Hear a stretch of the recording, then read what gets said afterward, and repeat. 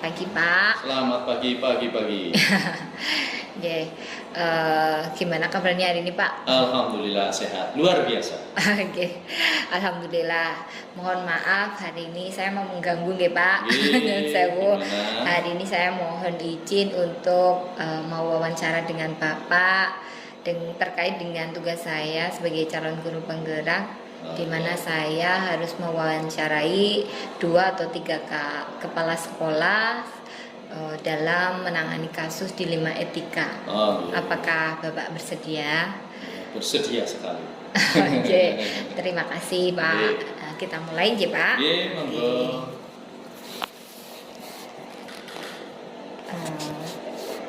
Selama ini ya Pak, bagaimana Bapak dapat mengidentifikasi kasus-kasus yang merupakan dilema etika atau bujukan moral Pak? Untuk dilema etika dan moral. Okay. Kalau etik kan sopan santun, sedangkan moral itu hubungannya dengan norma-norma. Norma itu ada norma agama, norma susila, dan lain sebagainya. Nah, kalau berhubungan dengan norma, berarti kita moral itu tadi kita dalam keadaan situasi yaitu yang benar dan salah menurut hukum ataupun menurut agama. Sedangkan untuk dilema etika itu berhubungan dengan kebenaran, lawannya juga kebenaran. Untuk selanjutnya, selama ini bagaimanakah Bapak menjalankan pengambilan keputusan di sekolah Bapak, terutama untuk kasus-kasus di mana ada 2 kepentingan yang sama-sama benar atau sama-sama mengandung nilai kebajikan? Untuk mengatasi masalah atau solusi tentang hal tadi, yaitu kita harus mengidentifikasi dulu masalah yang lebih baik ataupun yang ada itu bagaimana. Kemudian siapa saja yang terlibat dalam hal masalah itu. Setelah itu baru kita kumpulkan data-data, fakta-fakta sehingga diketahui data yang benar sesuai dengan apa adanya. Masing-masing juga kita wawancari ataupun kita tarik datanya itu tidak dibarengkan, tapi kita masing-masing sendiri-sendiri supaya lebih terbuka. Kemudian barulah kita mengambil keputusan, yaitu mengutamakan prinsip bahwa kekeluargaan dan musyawarah untuk mufakat. Seperti itu Pak. Kemudian langkah-langkah atau prosedur seperti apa yang biasa Bapak lakukan selama ini? Untuk langkah yang pertama yang kita ambil yaitu kita mengundang kedua pihak yang bermasalah untuk dimintai keterangan supaya mengetahui di mana letak kesalahannya, letak permasalahannya itu apa. Kemudian hal apa yang memicu terjadinya suatu masalah itu. Kemudian kita bagaimana solusi yang terbaik untuk dapat diputuskan sehingga tidak merugikan antara kedua belah pihak. Selanjutnya, hal-hal apa saja yang selama ini Bapak anggap efektif dalam pengambilan keputusan pada kasus-kasus dilema etika Pak? Pengambilan efektif yang dilakukan yaitu dengan melibatkan berbagai pihak, terutama yaitu Dewan Guru, kemudian yang bermasalah tadi dengan prinsip kekeluargaan dan untuk dapat memunculkan solusi yang terbaik demi kedua belah pihak itu tidak berselisih. Selanjutnya, hal-hal apa saja yang selama ini merupakan tantangan dalam pengambilan keputusan pada kasus-kasus dilema etika? Yang dihadapi dalam pengambilan keputusan adalah bagaimana cara mencari solusi yang terbaik sehingga resiko seminimal mungkin agar kedua belah pihak ini ataupun kedua belah yang bermasalah itu sehingga kita dapat mengambil ataupun membutuhkan dukungan yang positif dari semua pihak. Apakah Bapak memiliki sebuah tata kelola atau jadwal tertentu dalam sebuah penyelesaian kasus dilema etika? Apakah Bapak langsung menyelesaikan di tempat atau memiliki sebuah jadwal untuk menyelesaikannya? Bentuk atau prosedurnya seperti apa yang Bapak jalankan? Supaya efektif menghadapi suatu masalah, maka kita langsung diselesaikan di sekolah, sehingga tidak berkepanjangan masalah itu berlarut-larut. Dan kita juga bisa melibatkan berbagai pihak, misalnya Dewan Guru kalau memang dipandang perlu, kemudian juga kalau misalnya masalah itu sangat pelik, itu bisa juga kita bekerja sama dengan pengawas ataupun komite, tapi itu bila dipandang perlu. Selanjutnya, adakah seseorang atau faktor-faktor apa yang selama ini mempermudah atau membantu Bapak dalam mengambil keputusan dalam kasus-kasus dilema etika? Dalam mengambil keputusan, kita ataupun saya itu akan lebih mengenai atau lebih cepat selesai bila dalam masalah itu kita rundingkan atau musyawarahkan kepada Dewan Guru untuk mencari masalah-masalah yang terbaik, karena kalau dipikir sendiri kan mungkin kerepotan, tapi kalau dipikir bersama-sama dengan Dewan Guru, insya Allah akan lebih cepat selesai. Apalagi nanti bisa juga berkonsultasi dengan pengawas, komite bila diperlukan itu. Kemudian dari semua hal yang disampaikan, pembelajaran apa yang dapat Bapak petik dari pengalaman Bapak dalam mengambil keputusan tersebut? Pengambilan keputusan itu harus berdasarkan kesepakatan bersama. Jadi kita harus musyawarah mufakat untuk dapat dipertanggungjawabkan. Sehingga kalau sudah musyawarah bersama, maka masalah itu akan lebih ringan kita selesaikan. Dimusyawarahkan secara Dimusyawarahkan, betul. Terima kasih Pak untuk waktunya. Saya rasa untuk wawancara tentang dilema etika untuk hari ini saya cukupkan ya Pak. Kurang lebihnya saya mohon maaf. Saya ucapkan terima kasih. Ya, saya juga mohon maaf apabila dalam kami ataupun dalam saya menjawab kurang etis ataupun masih salah, ya mohon maaf. Saya pamit dulu ya Pak. Monggo ndherekaken.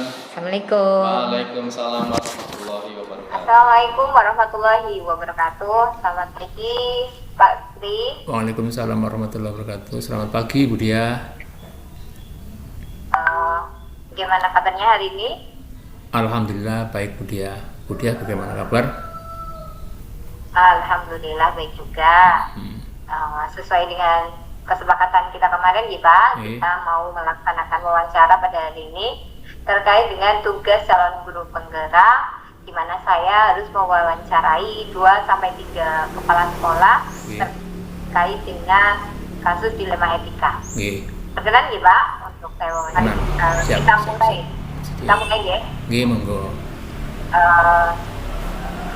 Yang pertama, selama ini bagaimanakah Bapak dapat mengidentifikasi suatu kasus yang merupakan dilema etika atau rujukan moral?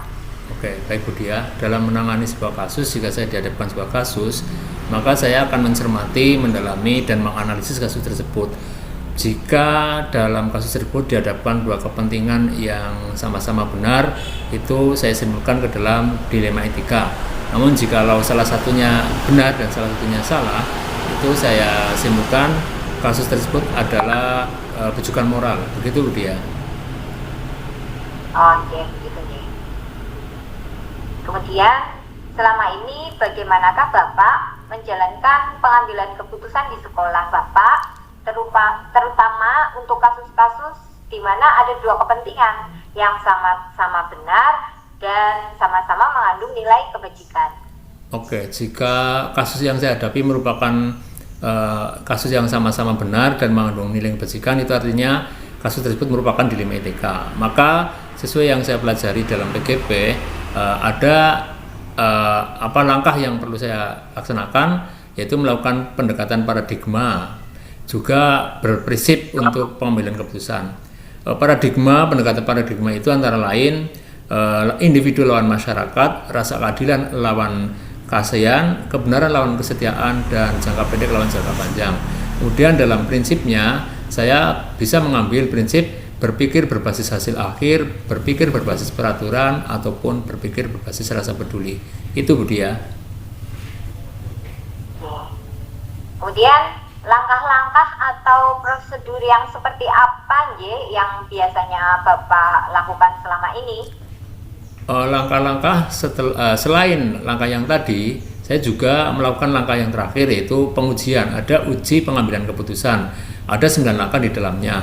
Jadi setelah saya melakukan pendekatan, saya punya prinsip seperti itu pengambilan keputusan, saya juga melakukan uji langkah pengambilan keputusan Budia, seperti itu.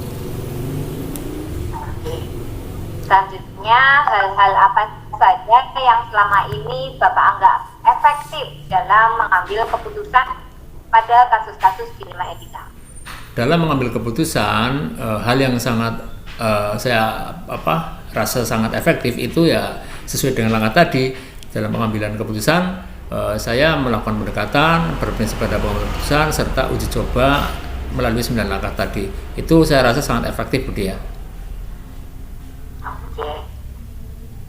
Kemudian hal-hal apa saja yang selama ini merupakan tantangan dalam mengambil keputusan pada kasus-kasus dilema etika?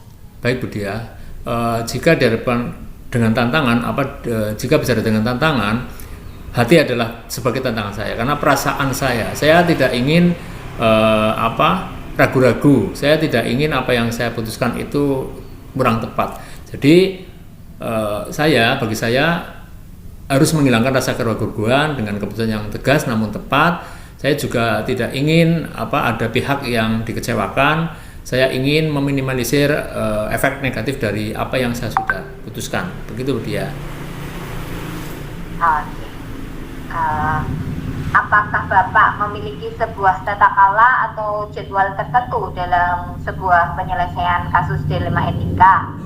Apakah Bapak langsung menyelesaikannya di tempat atau mempunyai jadwal untuk menyelesaikannya? Kemudian bentuk dan prosedurnya itu seperti apa yang Bapak jelaskan? Kalau jadwal dalam pengambilan keputusan saya nggak ada jadwal. Namun saya tetap butuh waktu. Ada beberapa saat waktu untuk melakukan analisis, melakukan langkah-langkah yang tadi saya sebutkan, agar apa yang saya ambil keputusan yang tepat dan tidak membuat orang kecewa, meminimalisir efek negatif itu Budia. Jadi tetap ada tenggang waktu namun tidak dijadwal. Kemudian adakah seseorang atau faktor-faktor yang selama ini membantu atau mempermudah dalam mengambil keputusan dalam kasus-kasus dilema etika? Terima kasih. Saya selalu melibatkan teman-teman di sekolah saya dalam pengambilan keputusan, karena saya orang baru. Saya tetap selain menghormati, saya juga ingin berbagi informasi, saya ingin saling berbagi ide, berbagi masukan, sehingga saya selalu melibatkan rekan-rekan di sekolah saya dalam pengambilan keputusan. Dan saya harap dengan begitu keputusan yang saya ambil merupakan keputusan yang bisa dipertanggungjawabkan dan bermanfaat bagi semua lah. Seperti itu Budia. Dari semua yang telah disampaikan oleh Bapak, pembelajaran apa yang dapat Bapak petik dari pengalaman dalam mengambil keputusan dilema etika? Baik Budia, dari apa yang saya laksanakan, dari yang saya alami, pembelajaran yang sangat penting bagi saya yang dapat saya petik adalah saya menjadi orang yang lebih dewasa secara pikiran maupun sikap. Saya juga harus belajar untuk menjadi orang yang bijaksana. Saya juga harus lebih santun dan tertata ucapan saya, perbuatan saya, karena saya dipercaya untuk memimpin instansi saya. Begitu Budia.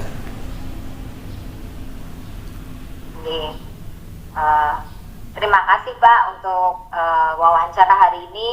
Menurut saya sudah cukup nih Pak. Terima kasih sama. Kurang lebihnya dari wawancara ini mungkin saya kurang berkenan, mohon dimaafkan nih Pak. Sami-sami Mbak. saya ucapkan terima kasih untuk waktu dan kesempatannya. Sama-sama. Saya pamit dulu nggih Pak. Monggo Bu Dia. Terima kasih. Assalamualaikum warahmatullahi wabarakatuh. Waalaikumsalam warahmatullahi wabarakatuh.